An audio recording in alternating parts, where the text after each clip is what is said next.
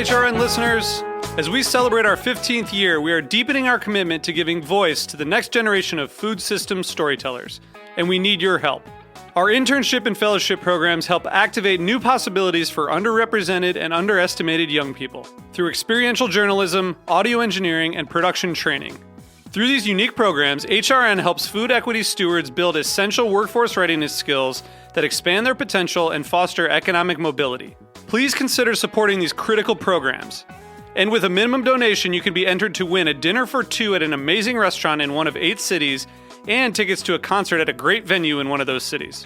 We have incredible partners across the country who have donated, as they also share our passion for helping to educate the next generation of food systems storytellers. Check out heritageradionetwork.org/15 to donate and enter to win today. That's heritageradionetwork.org/15 to donate and enter to win today. And make sure you donate before March 31st. Thank you. You're listening to the Heritage Radio Network. Today's program was brought to you by Hearst Ranch. www.hearstranch.com. Hello and welcome to the Heritage Radio Network Farm Report.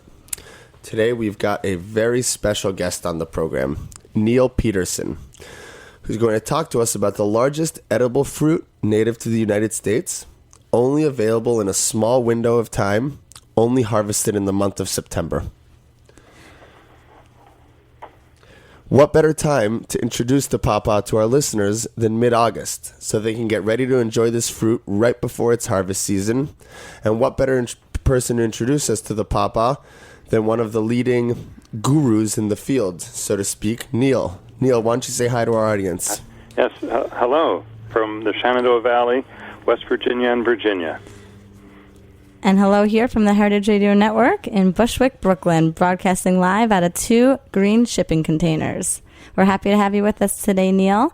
And happy to be here. Why don't you tell our listeners a little bit about the pawpaw and how you got involved with this fruit?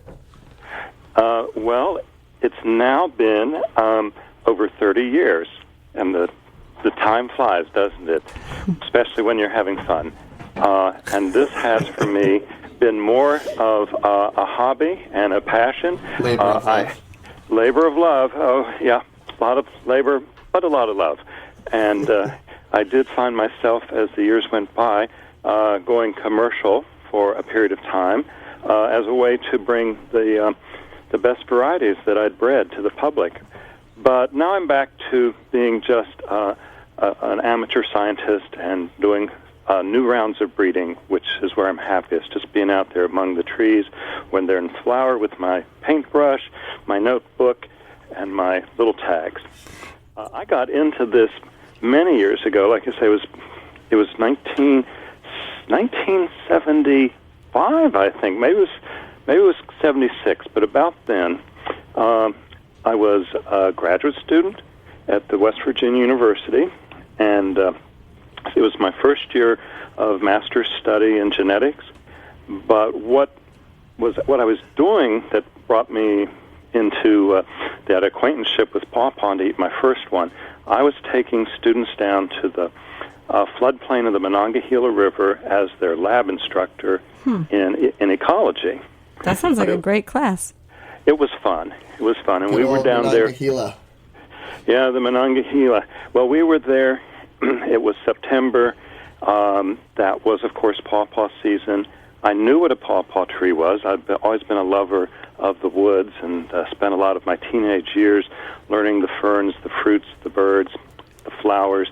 And so I tasted my first pawpaw that season. It was a revelation. And this is, what you were driving at. I mean, all it really was to get me hooked was my first bite. And it was probably a good wild tree. I mean, there it was, that time of year when the sun is streaming through the green leaves, but yellow leaves are falling and crinkling underfoot. And there was this smell in the air. You have quite a way with words, Neal. This very, you'll have to edit that out. This very alluring, it was definitely an alluring, fruity smell in the air. It's like, what is that? Well, there were all these small pawpaw trees. Their trunks lean to the left, they lean to the right. Their big droopy leaves, give it quite a tropical air. That's really one of the reasons I just love that tree. And here, lying on the ground, among those leaves were these green fruits, freshly fallen from the tree. I said, wow, okay, I know they're edible because I'd been reading Neal Gibbons.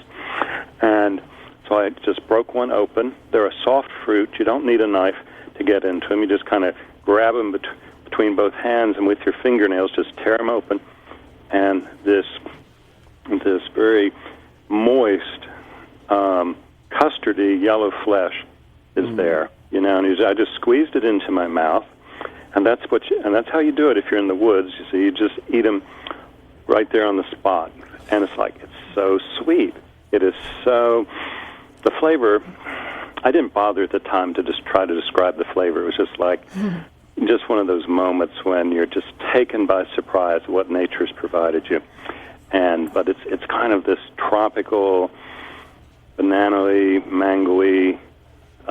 Something that you can't put a finger on flavor. A custard of sorts. And the texture can just be really the succulent, melting, the flavor just spreads across your whole mouth once you've got it in there. Now, if I'm sorry, but if these were wild trees, how did you know these fruits were safe to eat? I'd been reading Neal Gibbons, Stalking the Wild Asparagus, and he describes it as being one of the edible wild foods. Mm-hmm. So I just knew already that it was safe to eat. And it's hard to believe when you taste it. Said, how could this thing not be edible? Is it going to spring up and poison you when it tastes so good? And so I was hooked enough that I said, wow, why isn't this part of our agriculture? Why is this thing out in the woods? You can't go in the grocery store and buy it. Yeah, it's exactly what we were wondering and hoping to get to today for 100%. Why, if it's indigenous to 26 states, has it had such a tough time making its way into the public consciousness and public awareness? Yeah, well, very good reasons for that. It's soft. When we say, well, it's got this thin skin, and when it's perfectly ripe, it's almost like a custard pudding inside the skin. So, no, it's not. No, it's a very smooth, fine texture, not stringy. Each tree is different in the wild, and they're not all going to be equally good, and some are going to be just downright unpleasant, because sometimes there's bitterness, sometimes there's a little bit of grittiness. It's like just with anything. Like with anything that's wild, not every tree is genetically different. They're not all identical, but I had a good one, but the reason they're not in the store, and of course, in time this is all going to change if things go well with this dream and pursuit of mine. But it's a perishable fruit, and it's soft.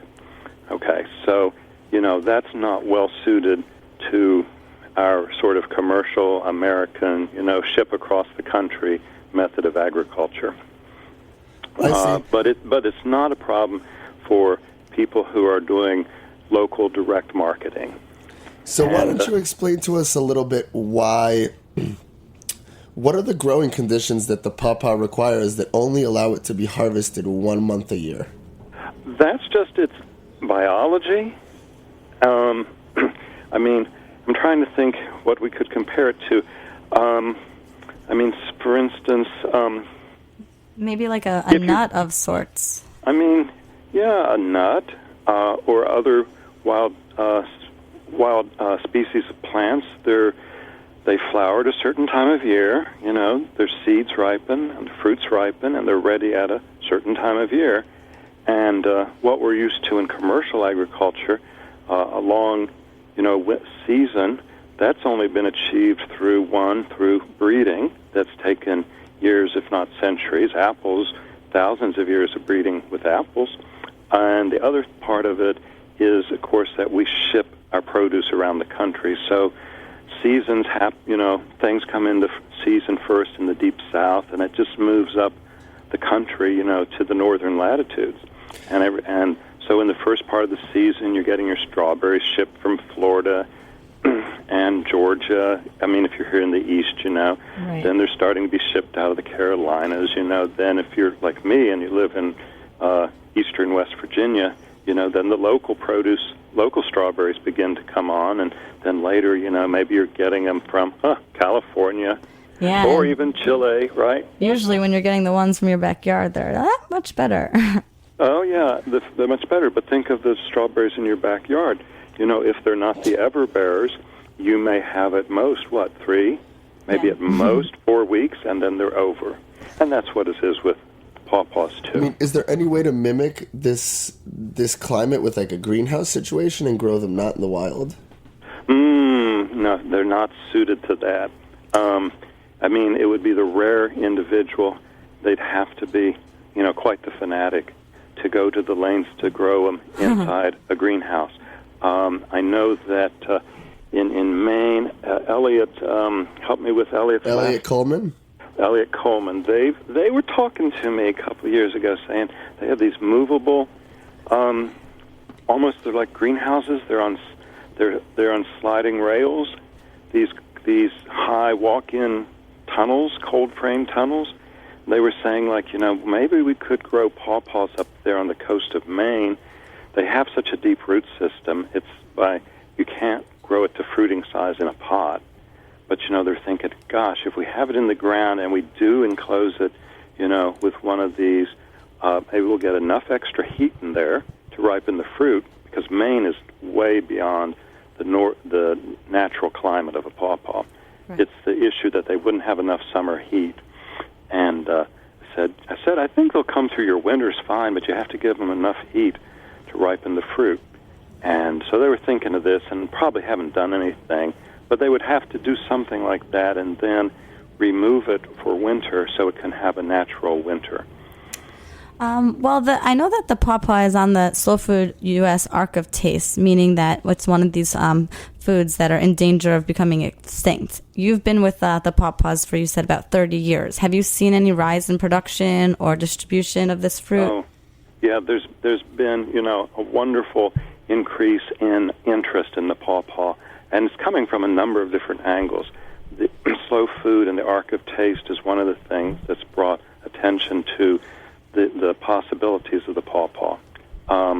There have been garden writers out there, some who are just really interested in the ornamental gardening, but saying what a beautiful native tree the pawpaw is with the large tropical leaves and its beautiful yellow fall color, that it makes a wonderful statement in the garden landscape. Sure. Particularly if it's not a single tree, but a little cluster of these trees.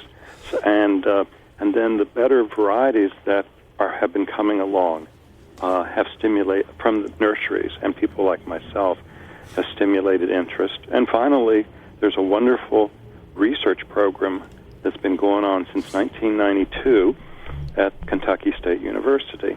On the pawpaw. And on the pawpaw. So when you're saying...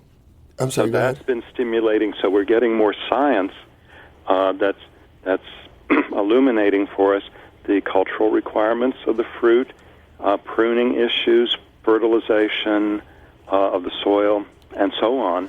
Also hoping, to work on methods to help us in its cold storage, and hopefully even processing. Now, that's an interesting angle to talk about. Yeah. Because if we could, it has so much flavor that if we had some way to process it to a puree, to remove the skin is harder to remove economically than is the seeds. Mm-hmm.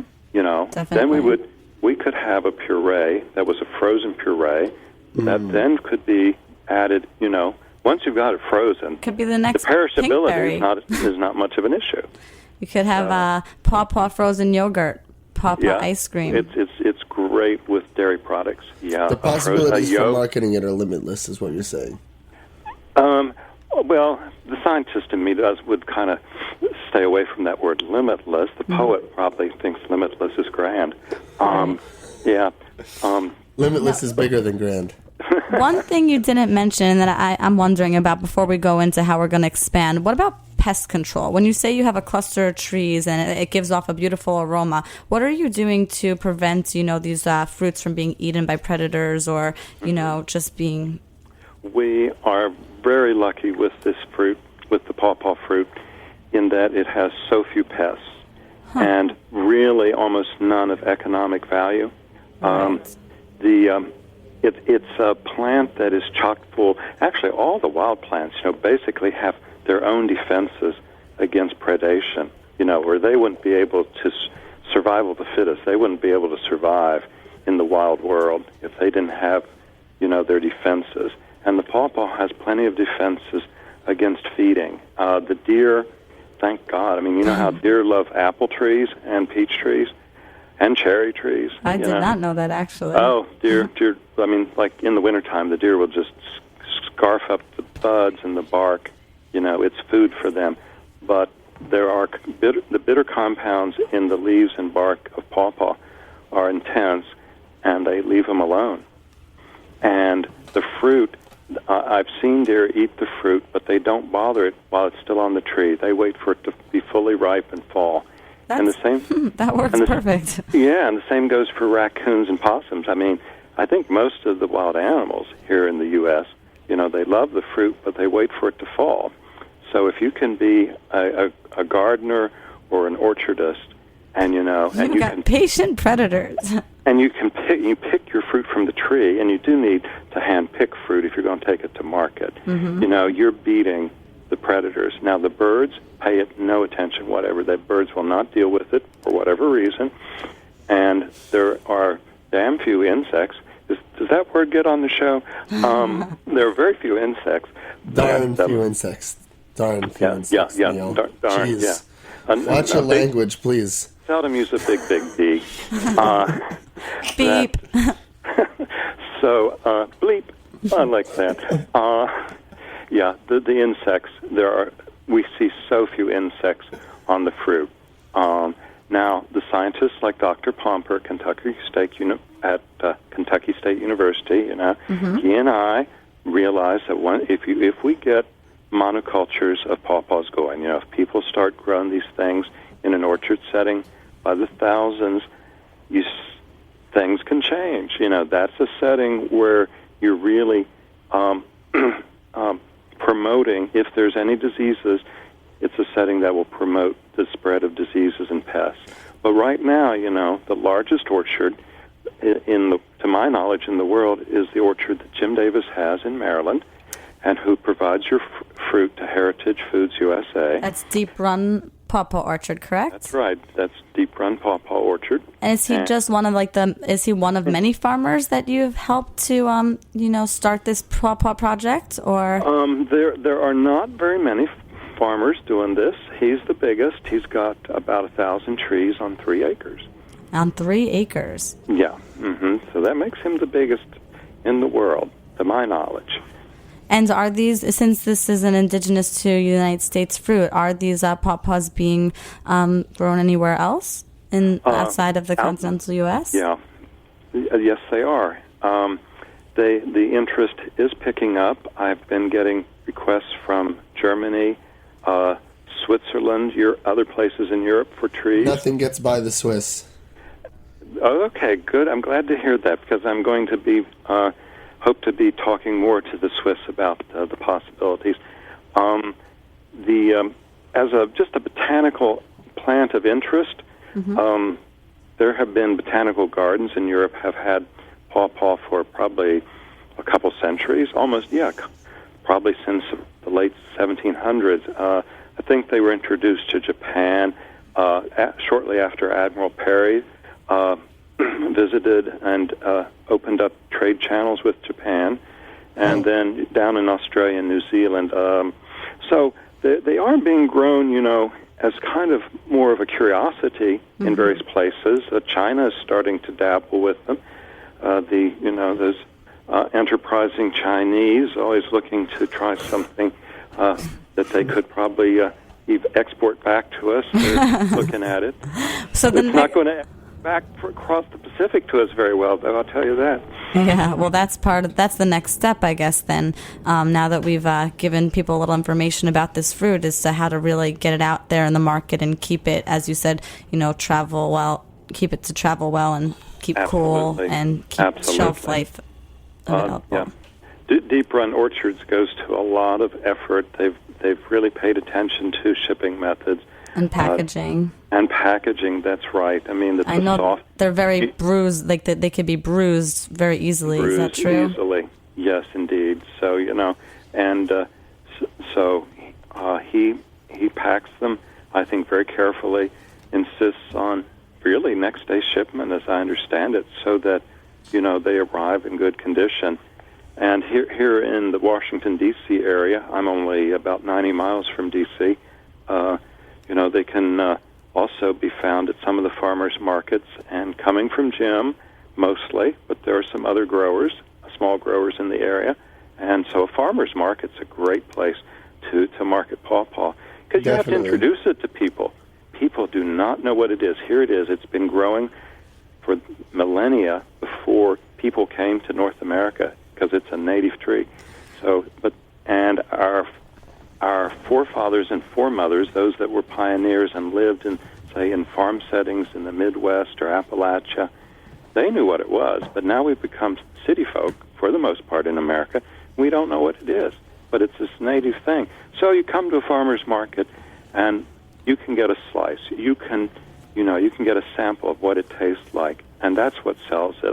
And you could talk to the farmer and actually learn what this is, because by sight, I mean, people are not familiar with this fruit. They do not know. It's not an apple. It's not a banana. They will be soon, though, if Neal has anything to say about it. So I wonder now, would you consider yourself more of a consultant? I mean, were you once a farmer and now you're a consultant? What is your role in the pawpaw industry? I think that's a good description. A consultant. I mentioned I'm still doing breeding.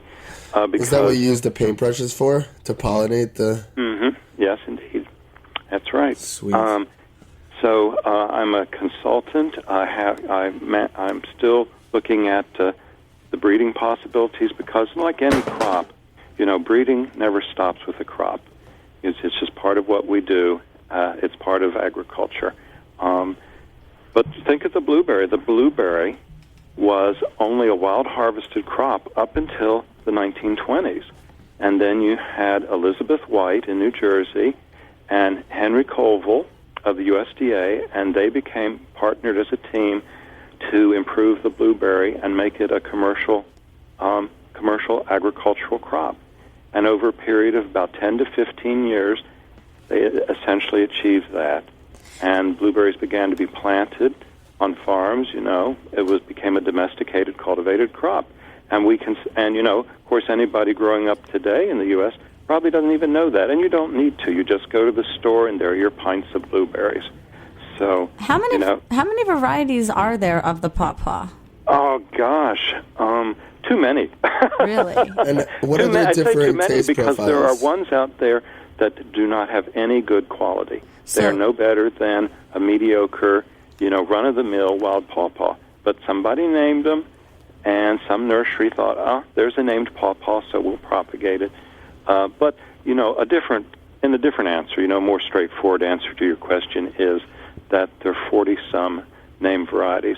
Now, of the 40, probably there are fewer than 20 that are desirable. Top-notch. Yeah, that are truly desirable. That's strange, because of all the varieties of apples, I mean, 95 to 100% of them are desirable and edible. What makes certain pawpaws so delicious and others not so appealing? Well, there's a complex biology, nature, of characteristics or traits. I mean, the wild pawpaw. One of the things that I right away when I was eating it in the woods, but said, hey, if this is going to be improved, we've got to have fewer seeds. It's one thing to be in the woods and find something you can not only eat, but it's truly delicious.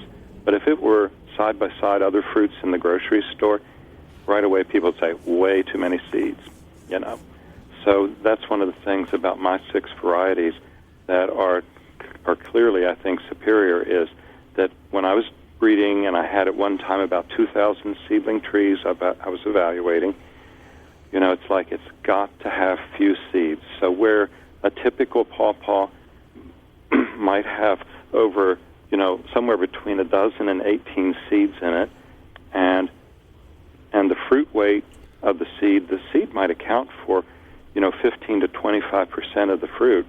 Well, my best ones have, like maybe 6 or 8 seeds in them, and only account for 3 or 4% of the fruit weight. It's like that's what we need, is fruit like that. And the size, while size is not the most important criteria, people nonetheless, obviously, the first thing they notice, besides color, is size. And my best fruit, weighs more than a pound. And the wild fruits in the wild are typically maybe 4 or 5 ounces. And then flavor, but flavor's got to be top-notch, And in the wild, flavor can be good. In fact, sometimes it's exceptional, but oftentimes there may be a bitter aftertaste. Mm-hmm. So I was very, very particular that a good fruit, a good variety, should have a really fine, clear aftertaste. Now, like, for example, you helped set up Jim Davis. Do you go to the farm and kind of help him out and check on his trees and see what's going on, if everything is kind of growing the way it's supposed to be and looking, the fruits are looking the right way? Yeah, fortunately, Jim only lives about an hour and a half from me. So, I do that several times a year. And do you do that with other farmers that you've helped set up as well? Well, they're not all so close to me. Right. But I do by email and telephone call. Stay in touch with them. Nice, because I guess the next big thing really is figuring out a way to make this more available.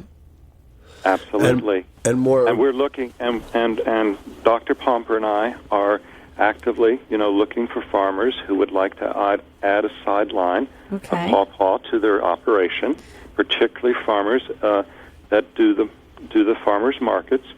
That way they can educate their consumers. They can educate the consumer. Now, do you have like an email address or a website that you'd like to give us so that people that may be interested in raising the pawpaw can contact you directly? Yes. One website is the Kentucky State University website. Let me, I'm walking over to the computer so I can read it, the URL. I bet you it's ksu.edu. Actually, it's not that. No, it's not. Well, then, Lorenzo lost the bet. Too bad there was nothing at stake. We could have traded some pawpaws for that. Okay. So go on, Neal. Well, just to keep talking, I mean, one is my own website, but it is being revamped because it will be, henceforth, it'll be just informational and not commercial selling my trees. I've outsourced.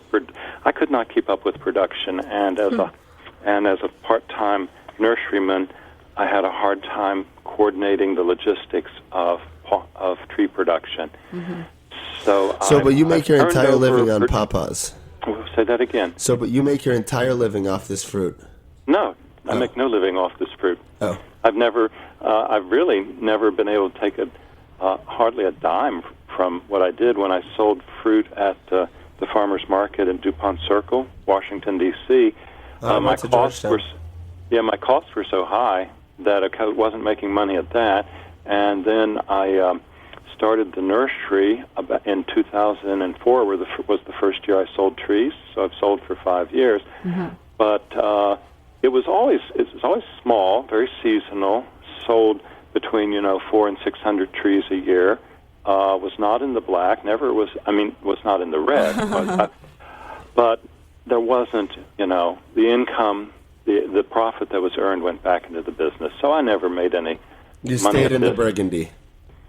Yeah. So let's see. I'm looking up an address here for you. And even if you take calls, you can give a phone number. I mean, we just want to be able to kind of give a way of someone able to contact you. That's really important to get them to information about pawpaw. Of course, they can Google on it. Mm-hmm. Okay. It's www. Mm-hmm. .pawpaw, P-A-W, Uh-huh. .kysu.edu. And that'll be listed on our website, heritageradionetwork.com, for anyone that is interested in contacting Neal or the University at Kentucky for more information. Get out there and try a pawpaw, folks. Okay, now can I give a couple more websites? You can do whatever you want. Yes, okay. Like I say, I'm revamping my website to be more informational, just purely informational, www.petersonpawpaws.com, Peterson with an S-O-N. Got it. Yeah, and then we have also www.pawpawfoundation.org. Great. So then there's definitely a lot of information out there, a lot of ways to reach Neal. And we're actually going to be having Jim Davis on within the next few weeks to let us know how his harvest has gone and the season. And that's basically it for today. Neal, do you have any closing remarks or anything you'd like to tell our listeners about this upcoming harvest? Gosh, a couple things. One, eat more pawpaws. And two, in September 19th, there is the 11th annual Pawpaw Festival near Athens, Ohio. And really? They can be found on the web. And if you're close enough to make the trek to Athens, Ohio, Albany, Ohio is the closest town, you can see a lot of pawpaws there. Will you be there? I'll be in Europe this year. Oh, nice. Talking to the Swiss that we were mentioning earlier. Well, hopefully they'll catch on over in Switzerland. Mm-hmm. Well, Neal, we can't applaud your efforts enough. Your efforts to popularize this fruit, to experiment with it, to educate, to allow it to reach its full taste potential. And I know that the American consumer, once it becomes more popular, will be very thankful. Oh, thank you so much. And your personal history will forever be tied to its history in the United States. So it's something to be proud of. Thanks, Lorenzo. Neal, thank you very much. Enjoy your weekend. We hope to have you on again. Okay. Go Pawpaw. Bye-bye. Take care. Bye now. So, Heather, that wraps up another exciting weekly installment of the Farm Report. It definitely does, and we look forward to having you back next week on the Heritage Radio Network Farm Report. Remember, if it's Friday at 4 p.m. Eastern Standard Time, it's the Farm Report. You're listening to the Heritage Radio Network. Today's program was brought to you by Hearst Ranch. www.hearstranch.com.